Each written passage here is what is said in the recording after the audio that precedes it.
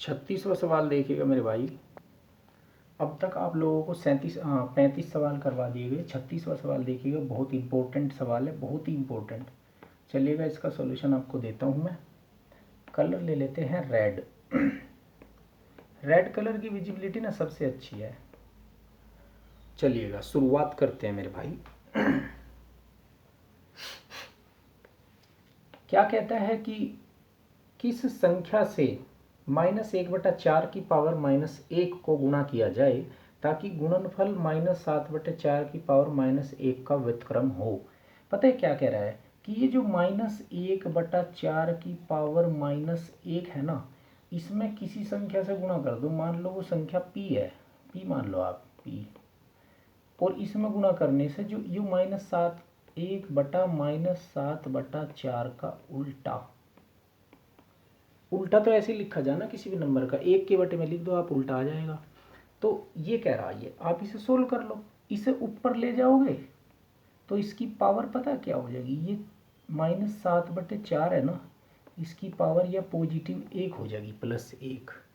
तो मैं इसको अगर ऐसे लिख दूं, इसे हटा के, इसको हटा के अगर मैं यहाँ पे ये लिख दूं ना -7/4 और इसकी पावर 1 लिखो भी मत, क्या ज़रूरत है, ये पॉजिटिव, इसकी जो पावर हो गई वो +1 हो गई, अब लिखने की ज़रूरत नहीं है।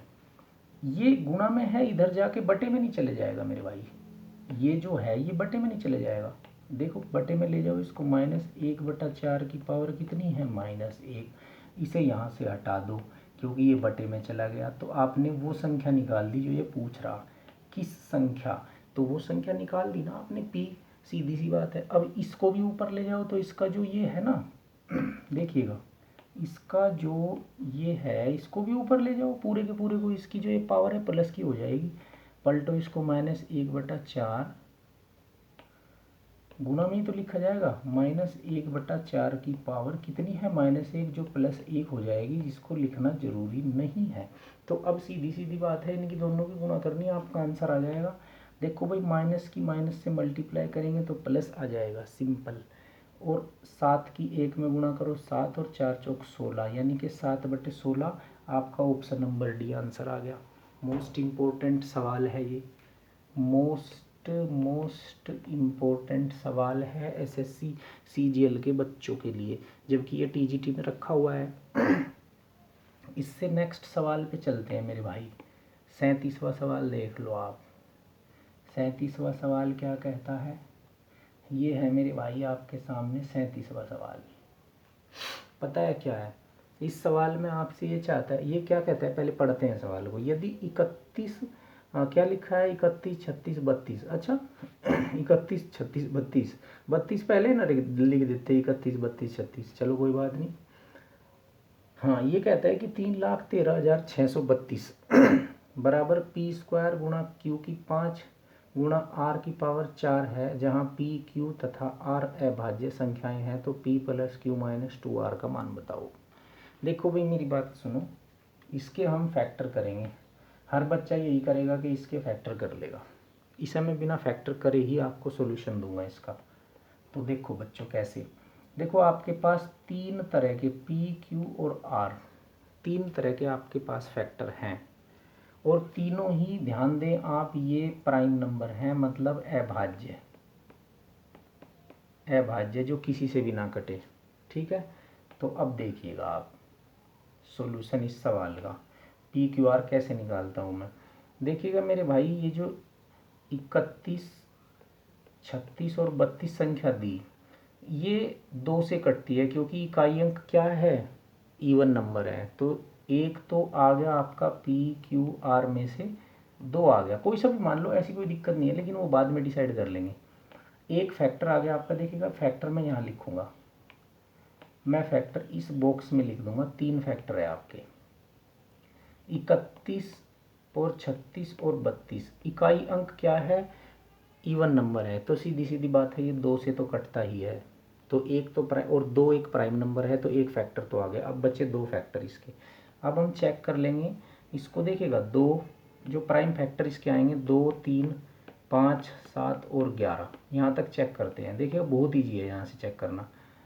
तो 3 के लिए चेक कर लेते हैं, 3 और 1 4, 4 और 3 7 और 6 13 और 3 16 और 2 18, यानी कि इनका योग कितना आ गया 18। और उसको 3 से काट के देखो कटता है, सीधी सी बात है कि ये 3 से भी डिविजिबल है, तो दूसरा फैक्टर आ गया आपका 3। अब आपका बचता है सिर्फ एक फैक्टर, सिर्फ एक फैक्टर। देखो आपके पास 2 3 5 7 9 तो हो नहीं सकता, 11 ये फैक्टर हो सकते हैं आपके। इनमें से क्या है कि 2 आ गया आपका, 3 भी आ गया, तो आपको 5 तो हो नहीं सकता क्योंकि लास्ट में 0 या 5 होना चाहिए, तो 5 भी नहीं है। तो 7 और 4 में से कोई एक हो सकता है। तो 7 और 4 के लिए चेक करते हैं मेरे भाई, पहले 7 और 4 के लिए डिविजिबिलिटी टेस्ट चेक करते हैं, 7 के लिए और 4 के लिए, सॉरी 11 के लिए। तो 7 के लिए जब डिविजिबिलिटी चेक करते हैं ना, तो सीधी सीधी बात है कि 3 3 के जोड़े बना लो, 632 आ गया। 632 में से ये 313 घटा दो मेरे भाई, 12 में से 3 गए 9 बचे, और 2 में से 1 गया 1, और 6 में से 3 319। क्या ये 7 से कटेगा? 7 से काट के देख लो, 9 दूनी 18, 18 इसमें से घटाओ, 11 में से 8 गए 3 बचे, और 1 13, 13 आया, तो 13 7 से नहीं कटता, इसलिए 7 से तो नहीं कटता है।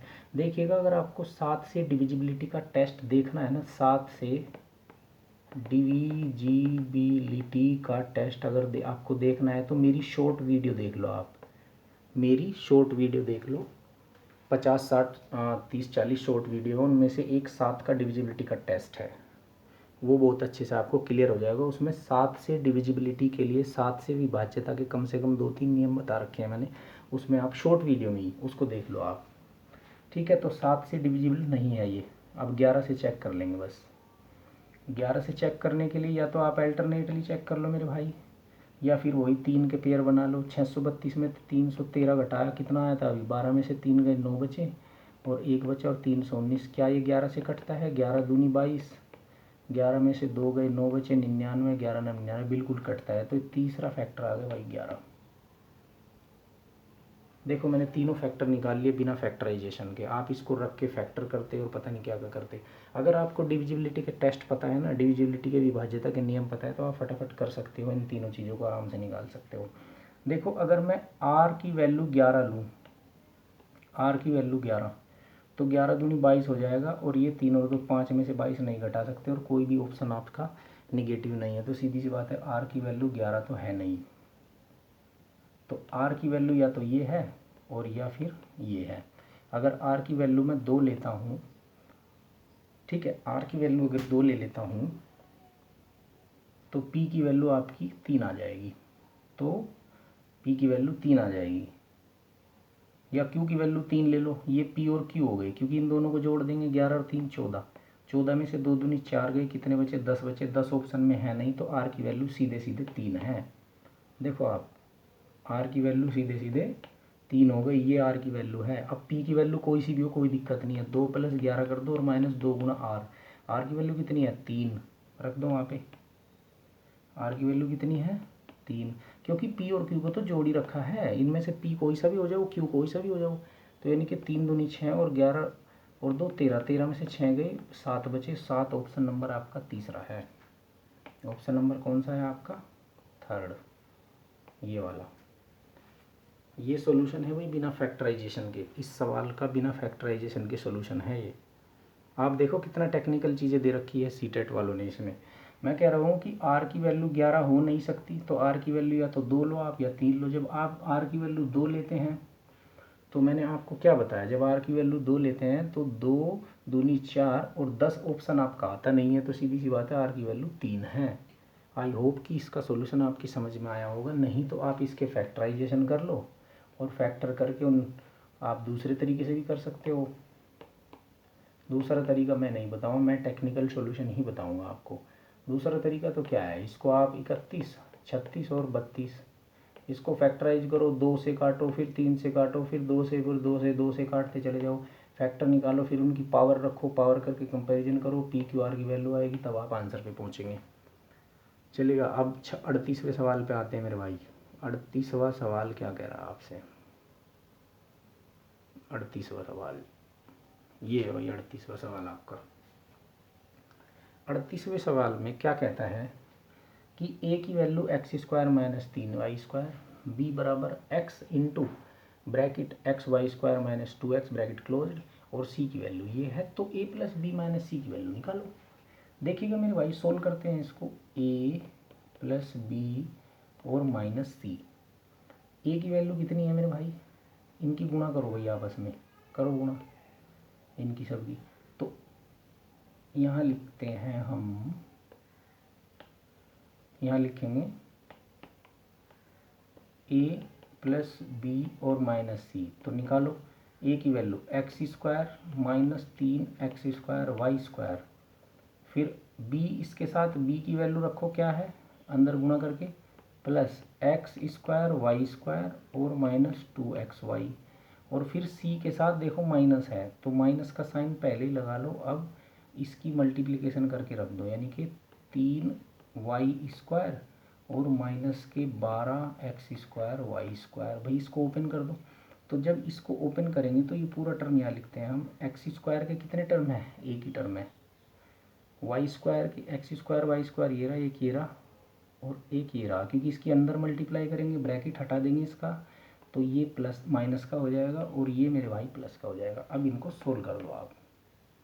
सोल्व करके आएगा ये आपका एक्स स्क्वायर, एक एक्स स्क्वायर वाई स्क्वायर ये रहा, एक ये रहा और एक ये रहा, इनको जोड़ो, माइनस के 3 और प्लस के 12 यानी कि प्लस के 9 बचेंगे और ये की 10, यानी कि प्लस के 10 एक्स स्क्वायर और वाई स्क्वायर आ जाएगा। इतना तो आपको भी पता है।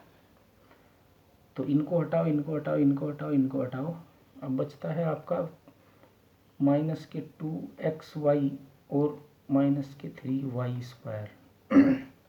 इससे कंपैरिजन कर लो मेरे भाई, किससे, P x square plus Q x square y square. मैं इसको ब्लू से लिखूँगा, आपके लिए बहुत परफेक्ट रहेगा। मैं इसको ब्लू से लिखता हूँ, P x square plus Q x square y square और प्लस ये एक्स वाई कहाँ से आया है, हाँ ठीक है, प्लस आर वाई स्क्वायर। तो आपके पास p की वैल्यू कितनी आती है, यहाँ से आपके पास p की वैल्यू जब कंपेयर करेंगे तो 1 आ गई, q की वैल्यू आ गई आपके पास 10 और r की वैल्यू आ गई -3। पूछ क्या रहा है आपसे, 5p प्लस क्यू। देखिएगा ये पूछा है इसने 5p plus Q, 5p plus Q minus r की वैल्यू बताओ। तो 5 गुना 1 प्लस 10 और माइनस माइनस के 3, कितना आ गया 5 और प्लस 10 और प्लस 3 कितना आ गया 13 और 5 18। 18 आना चाहिए वही ऑप्शन, ऑप्शन नंबर आपका ए है, इसमें 18 आपका आंसर आया है। वही क्लियर है मेरे भाई, ये आपका सोल्यूशन है इस सवाल का, देख लीजिए आप। इतना तो करना ही पड़ेगा। कुछ चीज़ें ऐसी हैं जो आप यहीं के यहीं सोल्व कर सकते हो, ज़रूरी नहीं है मैंने आपको सारी चीज़ें लिख के बताई हैं, आप बिना लिख के कर लो, नो प्रॉब्लम। चलिएगा अगले सवाल पे चलते हैं। नेक्स्ट सवाल आपके सामने है, 39वां सवाल है, वही बहुत इंपॉर्टेंट सवाल है। ये सवाल देखिएगा, 39वां सवाल, बिना बात करे क्वेश्चन सोल्व करता हूँ डायरेक्ट। क्या कहता है, किसी आयत का क्षेत्रफल जिसकी भुजाएं 176 सेंटीमीटर और 56 सेंटीमीटर एक वृत्त के क्षेत्रफल के बराबर है, वृत्त की परिधि क्या है। आप लिख लो ना सीधे सीधे 176, आप यहाँ लिखो, एक आयत का क्षेत्रफल क्या होता है 176 और मल्टीप्लाई 56, ये किसके बराबर है बच्चों, वृत्त के क्षेत्रफल के बराबर। और वृत्त का क्षेत्रफल होता है पाई आर स्क्वायर, और आर तो हमें पता नहीं है तो पाई की वैल्यू लिख लो आप 22/7 और मल्टीप्लाई आर स्क्वायर। ठीक है, आप 22 से इसे काट दो मेरे भाई, 22 अट्ठे 176, ठीक है 8 आ गया, और फिर 7 अट्ठे 56 यानी कि 56। आप इसको कलर में बदल लेंगे अलग से, यानी कि ये 56 आ गई, क्योंकि 7 इधर जाएगा ना, और मल्टीप्लाई 56 और आर की वैल्यू आ गई अंडर रूट करके, तो आर की वैल्यू 56 आ गई मेरे भाई। ये आपको भी पता है, मुझे भी पता है, यहाँ तक तो आप आ जाओगे, कोई दिक्कत नहीं है। अब कहता है वृत्त की परिधि बताओ। वृत्त की परिधि 2 पाई आर होती है भाई, 2 मल्टीप्लाई 22/7 और गुना 56, 7 अट्ठे 56। तो देखो 2 दूनी 4 और 4 अट्ठे 32, इकाई अंक 2 आया, जिसमें इकाई अंक 2, ये आंसर ऑप्शन नंबर आपका दूसरा, सॉरी ऑप्शन नंबर आपका जिसमें भी 2 यूनिट डिजिट होगा, ऑप्शन नंबर आपका तीसरा, ये वाला 352। ठीक है, पूरा कैलकुलेट भी मत करो, और पूरा कैलकुलेट अगर आपको करना ही है तो कर लीजिए, पूरा कैलकुलेट कर लो। 22 दूनी 44 या 8 दूनी 16, 16 की 22 में मल्टीप्लाई कर दो, 16 दूनी 32 हासिल 3, 16 दूनी 32 और 3 35, 352। ऑप्शन नंबर आपका सी, ऑप्शन नंबर आपका थर्ड वाला है। आप स्क्रीनशॉट ले सकते हैं। चलिएगा अगले सवाल पे चलते हैं मेरे भाई। अगला सवाल आपसे क्या कहता है, अगला सवाल आपसे कहता है 40वां सवाल। इम्पोर्टेंट सवाल है, बहुत इम्पोर्टेंट सवाल है, मेंसुरेशन का बहुत तगड़ा सवाल है, बहुत ही ठीक ठाक सवाल है ये मेंसुरेशन का। चलिएगा सोल्व करते हैं, देखते हैं। कहता है कि विमाओं 40, 36 और x सेंटीमीटर वाले एक ठोस घनाभ के पृष्ठ को 20 रुपये प्रति 100 सेंटीमीटर की दर से पेंट कराने की लागत इतनी है, x का मान बताओ। देखो मेरे भाई, इसका जो घनाभ के पृष्ठ को, इसका जो पृष्ठ का क्षेत्रफल है ना, वो 2LB प्लस BH और प्लस HL, ये फॉर्मूला होता है, आपको भी पता है, मुझे पता है, पृष्ठ का क्षेत्रफल। तो मैं क्या करूँगा, डायरेक्ट निकालता हूँ मैं, 40 मल्टीप्लाई 36, सॉरी, तो 36 की डायरेक्ट गुणा करो, 0 4 6 24 हासिल 2, 4 3 12 14, 1440 आ गया भाई।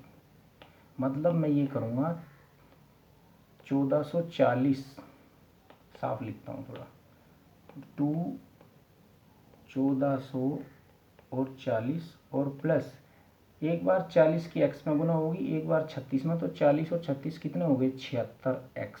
ये पृष्ठ क्षेत्रफल आ गया वही घनाभ का। क्लियर है। उसके बाद कहता है कि को पृष्ठ को इतने रुपये प्रति स्क्वायर की दर से पेंट कराने की लागत इतनी है। तो ये पृष्ठ का क्षेत्रफल पता कैसे आता है, टोटल खर्च बटा यूनिट खर्च, यूनिट खर्च। तो टोटल खर्च कितना है, 1032, और यूनिट खर्च कितना है आपका, 20 रुपये 20 प्रति 100 सेंटीमीटर स्क्वायर। लेकिन हमने कहा यूनिट, यहाँ 100 है तो 20 एकम 20, 20 पंजे 100, यानी कि 1/5 सेंटीमीटर स्क्वायर इसका एरिया। तो आप ये वैल्यू यहाँ रखेंगे, ध्यान से देख लेना इस चीज़ को, 1/5 की वैल्यू यहाँ आएगी यूनिट की, 1/5 की। अब 5 ऊपर जाएगा तो कितना आ जाएगा, 10 32 और गुणा 5, पता है ये क्या आ गया, पृष्ठ का क्षेत्रफल आ गया, पृष्ठ का एरिया। अब आप सोच रहे हैं पृष्ठ का एरिया ऐसे कैसे निकाला सर। देखो, पृष्ठ का एरिया टोटल खर्च बटे यूनिट खर्च को अगर डिवाइड कर देना तो वो एरिया देता है हमें। मैं आपको बता दूं एक फॉर्मूला, इधर रख के बता देता हूँ। जो एरिया होता है ना, एरिया, वो टोटल खर्च, हर सवाल में होता है ये, बटे यूनिट खर्च, यूनिट खर्च पर यूनिट खर्च। अब टोटल खर्च 1032 कितना दिया उसने, जो भी दिया है, ठीक है, ठीक है ना। ये फॉर्मूला होता है, आप इसे याद रखो, ये आपको बहुत हेल्प करने वाला है। चलिएगा आगे चलते हैं। सवाल आपका है ये 40वां सवाल, तो हो लिया आपका, सवाल में कोई दिक्कत नहीं है। 40वां सवाल तो कितना आ गया मेरे भाई, चलिएगा इसको रब कर देते हैं और मैं डायरेक्ट रख देता हूँ इसको इसके सामने। कितना आ गया, पृष्ठ का क्षेत्रफल 10 32 गुणा 5, 10 32 और गुना 5, ये आ गए मेरे भाई। तो आप 2 से इसे काटो ना, 2 पंजे 10, 2 एकम 2, 2 छी की 12, यानी कि 516 की गुणा कर दो इसमें 5 में, 5 छंग 30 हासिल 3, 5 एकम 5 और 3 8, 5 पंजे 2580 आ गए मेरे भाई। अब ये 1440 यानी कि 76x बराबर कितना आ गया, 1440 इसमें से घटा लो, 0 4 आ गया, 5 में से 4 गया, 1 बचा 1140 आ गया। 76 से इसे डिवाइड कर दो, x की वैल्यू आ जाएगी, किसको, 1140 को डिवाइड कर दो मेरे भाई, 1140 ही तो आया आपका, 76 से डिवाइड कर दो। 76 को हम लिख सकते हैं 19 चौक 76, 19 गुना 4, तो 19 छिक्का 114, 60 आ गया, 5 6 से काटा 15 आ गया, एक्स की वैल्यू आ गई 15 मेरे भाई। ऑप्शन नंबर आपका सी, देख लो आप, ऑप्शन नंबर सी है आपका, ऑप्शन नंबर आपका आ जाता है सी, 15 ऑप्शन। तो ये मेरे भाई आपका सॉल्यूशन है, बहुत परफेक्ट सॉल्यूशन है ये आपका। बहुत इंपॉर्टेंट सवाल है, बहुत ही ज़्यादा मेंसुरेशन का। चलिएगा आगे बढ़ते हैं, अगले सवाल पे चलते हैं, अगले सवाल पे चलते हैं मेरे भाई। 41वां सवाल देख लो, मोस्ट इम्पोर्टेंट सवाल है भाई ये भी। 41वां सवाल, 41वें सवाल में क्या बता रहा है ये, 41वें सवाल में देख लीजिएगा। कहते हैं कि दिए गए आंकड़ों के बहुलक, माध्यक और परिसर का मध्य क्या है, मतलब मीन, मीडियन एंड रेंज का। आपको पहले आपको क्या निकालना होगा, पहले बहुलक। देखिएगा इंग्लिश पढ़िएगा इसकी पहले। कहते हैं कि what is the mean of mode, median and range. तो आपको निकालना है मोड, मीडियन, इसको इधर लिखूंगा भाई, मोड प्लस मीडियन और प्लस रेंज, इनका मीन निकालना आपको, और 3 से भाग कर दो। आपके पास मोड भी नहीं है, आपके पास मीडियन भी नहीं है, रेंज भी नहीं है, ये निकालने में बताऊंगा आपको अब। तो ये निकालना आपको, ध्यान से देखना मेरे भाई, बहुत इम्पोर्टेंट सवाल है। सबसे पहले जो आपको डाटा दिया गया है ना, वो निकाल लो आप। आपको निकालना क्या है, ये निकालना है ये।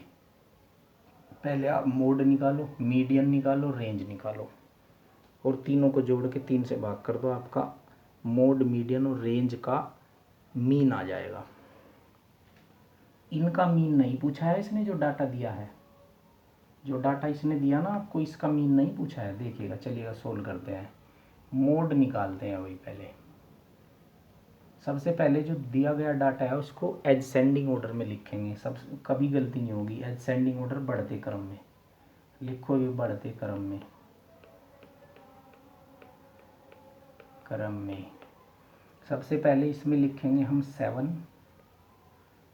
देखो डाटा ज़्यादा है तो यहाँ से लिखते हैं 7, फिर लिखते हैं 8, फिर 9 भी है इसमें, 11 भी है, फिर 11 2 बार है, फिर 12 है इसमें, 12 इसमें नहीं है, 13 है इसमें, फिर 14 भी है इसमें, फिर 15 भी है इसमें, और फिर 16 है इसमें, नहीं 16 है इसमें भाई, 17 भी है इसमें। उसके बाद आपका 17, 8, 11, 13, 9, 14, 10 नहीं आया इसमें, तो 9 के बाद 10 लिख लीजिएगा आप। 7, 8, 9 और 10।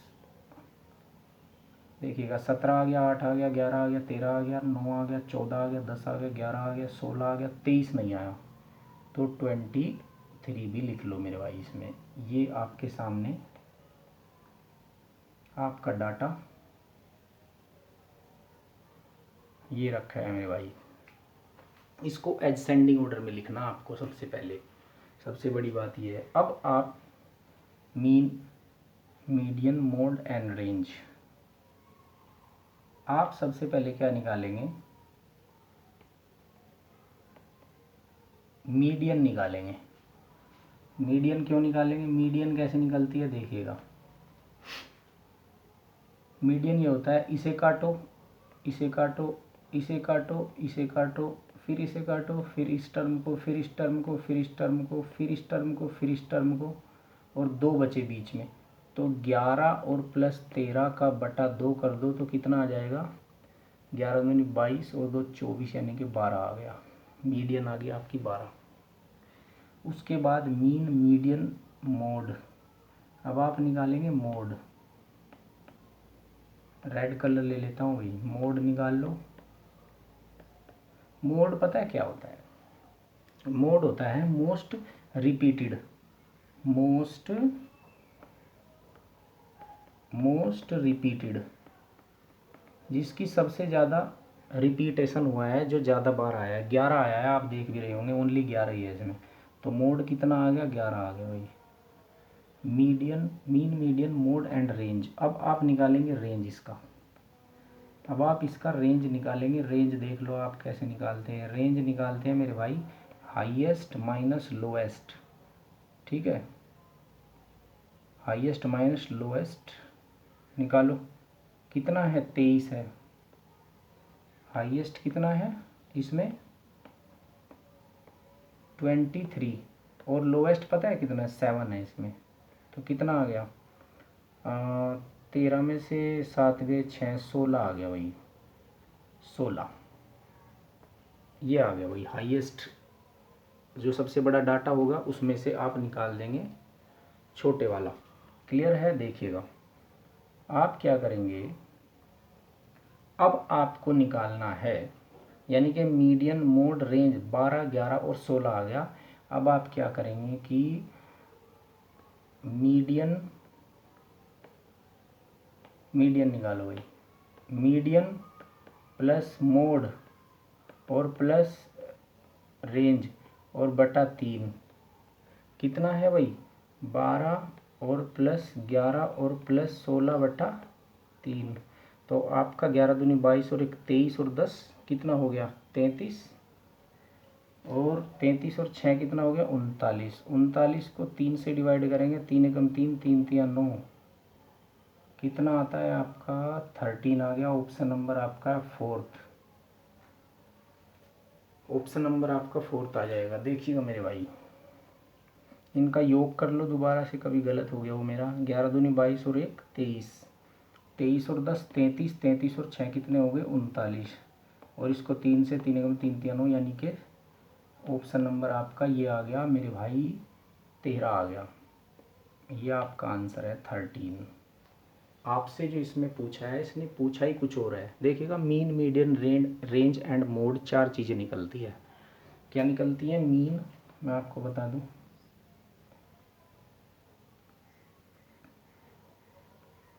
मैं आपको यहाँ बता देता हूँ। मीन, मीडियन और आपका मोड, रेंज, ये 4 चीज़ें निकलती हैं मेरे भाई। लेकिन इसने पता है क्या है, ये मीन नहीं निकलवाया इसने पूरे डाटा का, इसने इन तीनों डाटा का मीन निकलवाया आपसे।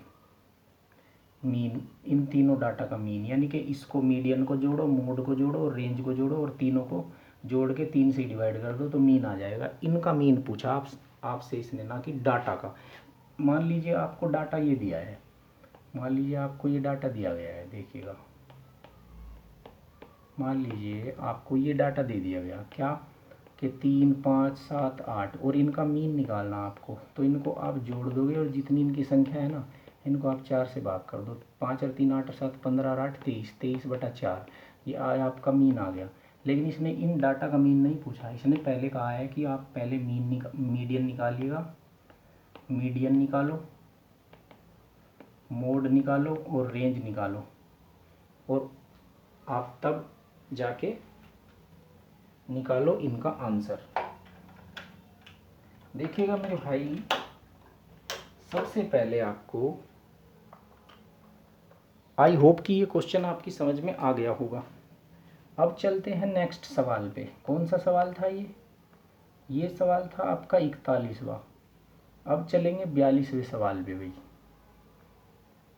42वां सवाल क्या कहता है, देखिएगा ये आपका 42वां सवाल आ गया। अब पहले इसको क्लीन कर लेते हैं, यहाँ से क्लीन करने का काम कोई इतना बड़ा तो है नहीं। 42वां सवाल,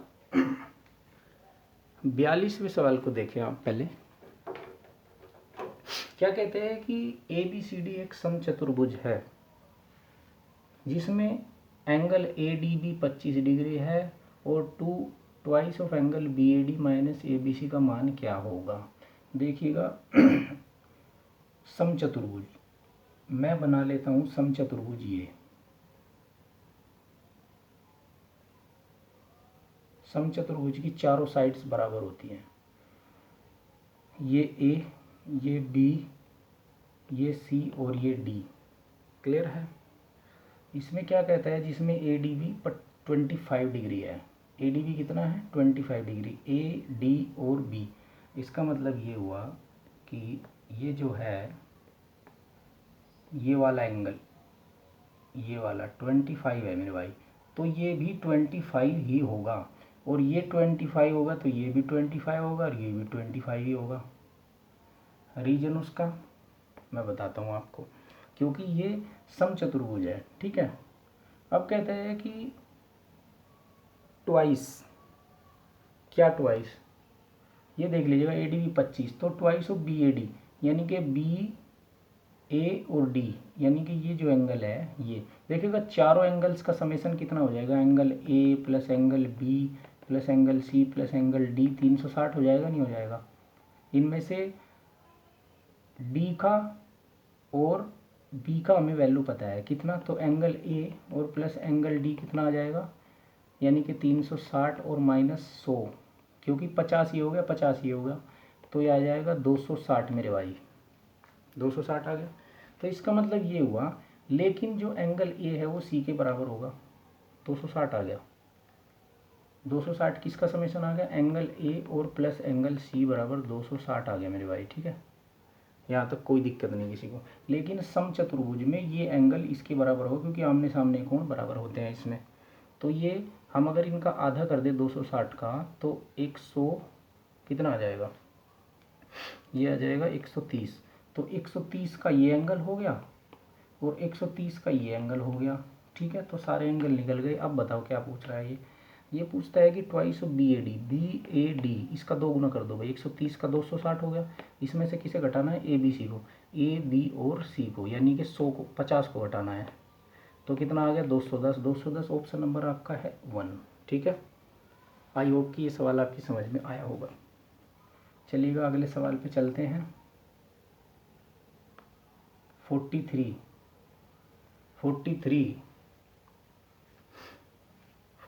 सवाल देख लीजिएगा।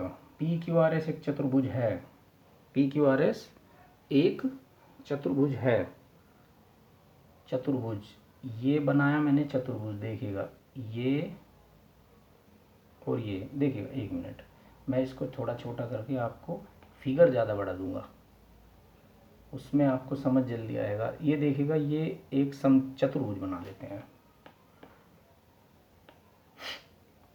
पी क्यू आर एस एक चतुर्भुज है जिसमें पी क्यू बराबर पी एस, ये बन गया ये बन गया, ठीक है।